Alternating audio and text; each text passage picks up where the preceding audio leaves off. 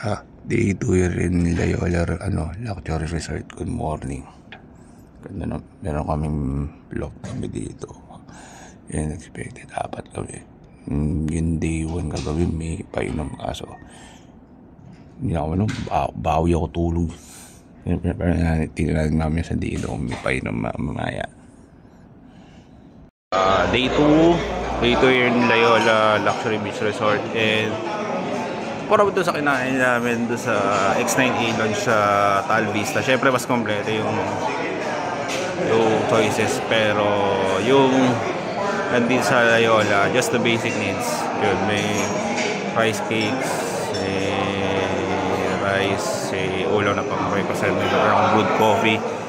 Kain ko pa yung soup, pero tingnan natin how it fares. There's a taste. Alam mo na, per day 2. So finally, wala rin mga kasama ko dito. Pwede na mag-room tour. Nagawa natin sa dito. So, nasa room 721 kami. Bali, capacity daw nito up to 5. Pero, if you check the number, sabihin yung kasya yung tao.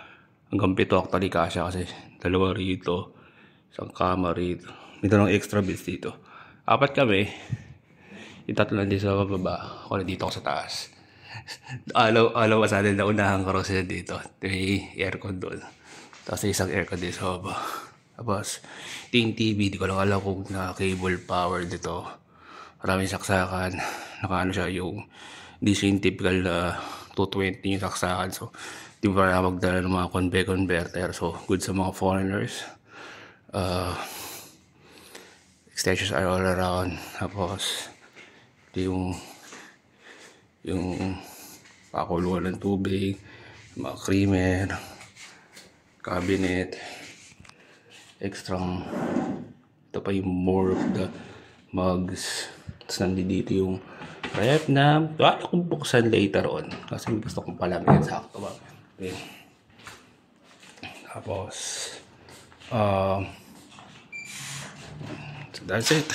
Sa yung kwarto down to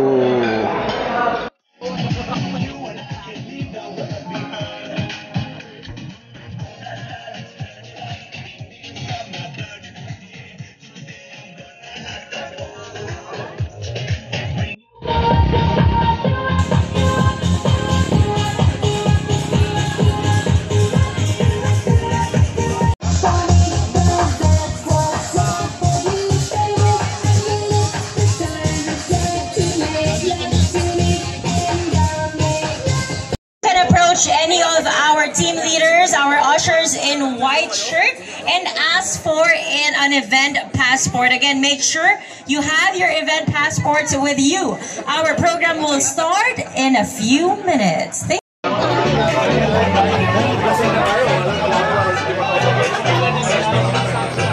Activity. So I know it is hot, but I assure you today it's gonna be fun, enjoyable, and full of prizes for everyone. And ang tanong, ready na ba kayong simulan yung ating mga challenges? Okay, I have to make sure as well na nakapag-warm up tayong lahat. Madali lang kayo, automatic lang yun. Gas lang. Kahit ako pwede. Paano makita mo muscle 16 mo lahat? Kahit meron na tayo, kunin mo ba? Hindi sila makakabuo kasi kulang sila.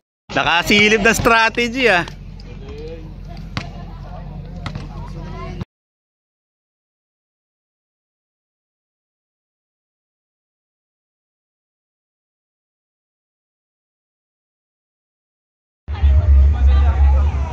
Yan yung kakapture namin na plane. Sa bird sa plane sa Honor 95 dyan kalagay.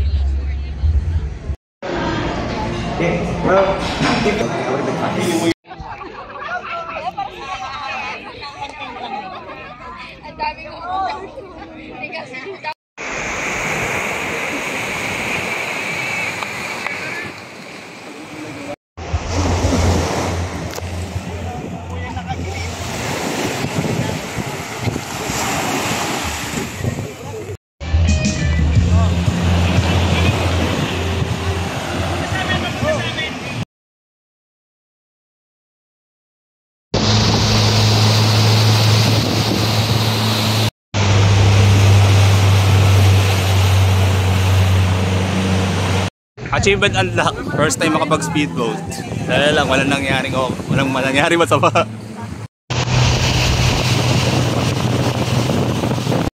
Yeah, so yung next challenge is yung ATV. Kaso unfortunately I had to quit.